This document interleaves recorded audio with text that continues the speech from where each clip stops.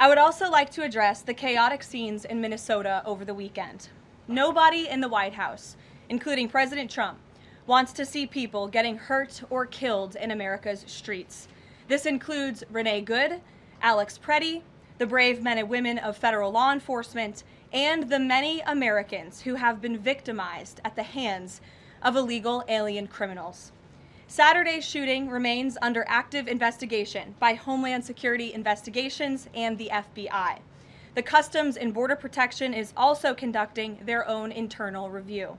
As President Trump said yesterday, the administration is reviewing everything with respect to the shooting, and we will let that investigation play out. But let's be clear about the circumstances which led to that moment on Saturday. This tragedy occurred as a result of a deliberate and hostile resistance by Democrat leaders in Minnesota. For weeks, Governor Walz and the Mayor Jacob Frey and other elected Democrats were spreading lies about federal law enforcement officers who are risking their lives daily to remove the worst criminal illegal aliens from our streets: murderers, rapists, pedophiles, human traffickers, and gang members.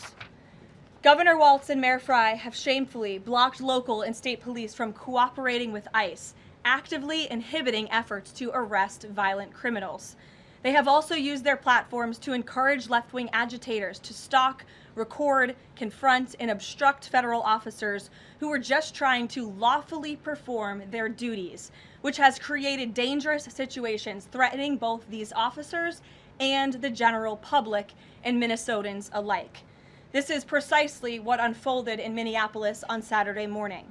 Obstructing federal law enforcement and inciting violence against officers is wrong and illegal. This used to be a universally accepted position in the United States. Amid the hysteria, we must remember how we got here to this moment today and what this Democrat opposition is about. Former President Joe Biden and the Democrats opened America's borders for 4 years, inviting tens of millions of illegal aliens from all over the world to flood into our country.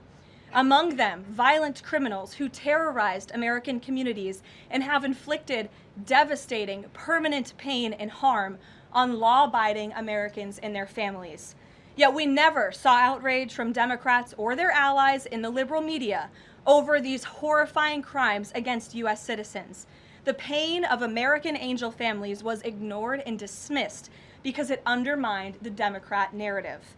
Innocent Americans like Jocelyn Nungray, Laken Riley, and Rachel Morin are just a few of the many victims savagely murdered by illegal alien criminals. Earlier this month, an illegal alien from Mexico with a long criminal history who came into our country under Joe Biden's administration threw a baseball-sized stone at a school bus carrying children in New Jersey and fractured the skull of an 8-year-old innocent child. President Trump promised accountability to these American families by securing the border, deporting every illegal alien who has committed crimes, especially and most importantly, violent crimes. Nearly 80 million Americans voted for him to deliver on that very promise, and he is. As the duly elected president, the president is fulfilling the will of the people by arresting and removing these threats from our country in cities from Los Angeles to New York and, yes, Minneapolis. Yet Democrat leaders in Minnesota with sanctuary city policies have actively defied federal immigration law and the will of the people. And as a result of that defiance, 2 Minnesotans have now tragically lost their lives on the streets of Tim Walz's state. It is President Trump's hope and wish and demand for the resistance and chaos to end today.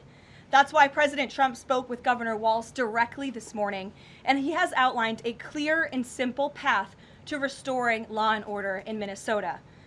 Number 1, Governor Walz, Mayor Frey, and all Democrat leaders should turn over all criminal illegal aliens currently incarcerated in their prisons and jails to federal authorities, along with any illegal aliens with active warrants or known criminal histories for immediate deportation. Number 2, state and local law enforcement must agree to turn over all illegal aliens who are arrested by local police.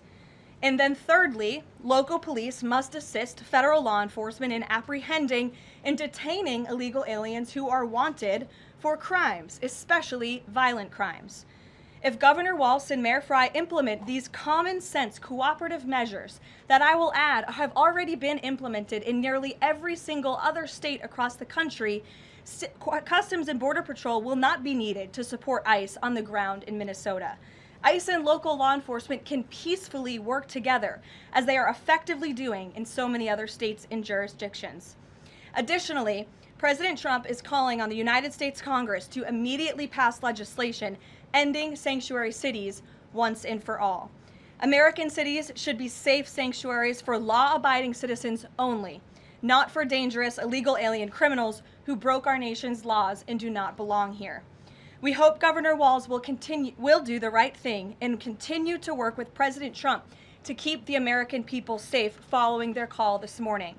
Americans overwhelmingly want exactly what President Trump is delivering: strong borders and strict immigration enforcement against the worst illegal aliens, of which there are still hundreds of thousands to deport from the interior of our country.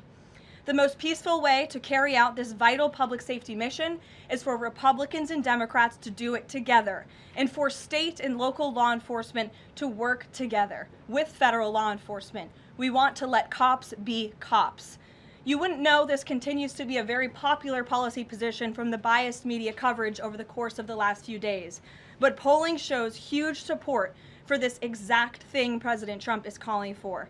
More than 80% of Americans favor deporting illegal aliens convicted of violent crimes. A country unable to deport criminals who enter it illegally is no country at all. The open borders agenda of Kamala Harris, Tim Walz, and the Democrats was already on the ballot on November 5th, 2024, and it was resoundingly rejected. President Trump will never back down from his promise to deport violent criminal illegal aliens and make America safe again, and he welcomes all cooperation in that effort.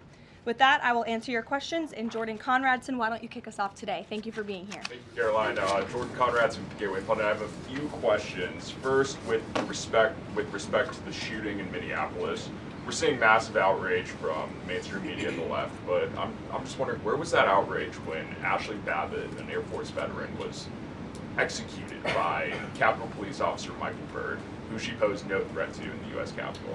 Well, you raised a very important point, which I also believed I just raised as well in those opening remarks, in that there has no doubt been selective outrage by the liberal biased media in picking and choosing victims and highlighting their stories. And as I've said, President Trump does not want any Americans to lose their lives in the streets of America and in American communities across the country. He believes what happened on Saturday is a tragedy, but every life is equal to President Trump, and that's why the lives of Laken Riley and Jocelyn Nungray continue to matter to him and be an utmost priority to him to this very day. And it's unfortunate that we did not see the same type of sensationalist media coverage over the tragic deaths of those innocent American women and girls across the country as we are in the wake of this tragedy that took place on Saturday. Gabe. Sure, go ahead, Jordan. I want to get your response to this. The Arizona Attorney General, just days before this shooting in Minneapolis, she seemingly encouraged rioters to go out, shoot, and kill ICE agents. And I'll quote her here. She said, "If you reasonably believe your life's in danger and you're in the house or in your car or on your property, you can defend yourself with lethal force." And she said that you can't tell if ICE agents are law enforcement or imposters, and it becomes an issue of whether you reasonably believed they were law enforcement.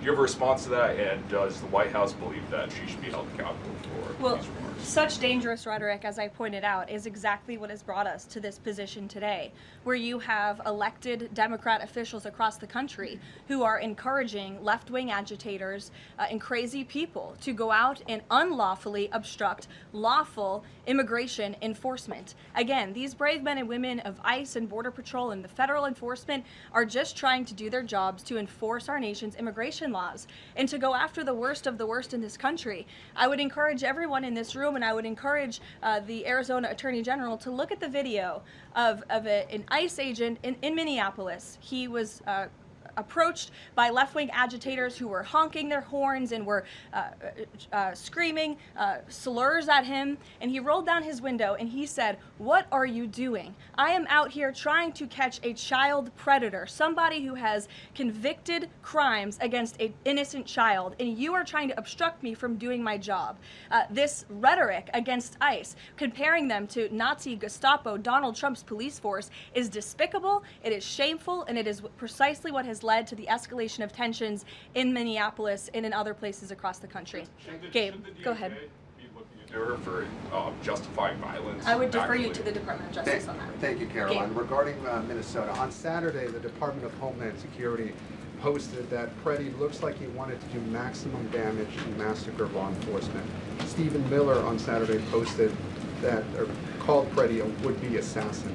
Why did administration officials jump to conclusions before an investigation had even been conducted? Well, look, this has obviously been a very fluid and fast-moving situation throughout the weekend.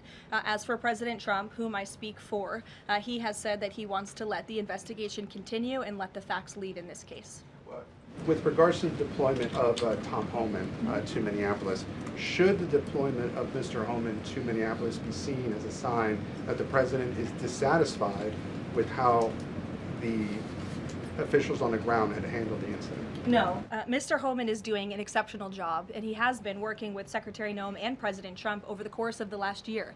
Secretary Noem still has the utmost confidence and trust of the President of the United States, and she's continuing to oversee the entire Department of Homeland Security and all of the immigration enforcement that's taking place across the whole entire country. Of course, Secretary Noem is also in charge of FEMA, and we are in the wake of a brutal winter storm where hundreds of thousands of Americans have been impacted by that. So Borders Are Homan is in a unique position to drop everything and go to Minnesota to continue having these productive conversations with state and local officials. And I know that he's catching a plane in just a few hours to do just that at the request of the president.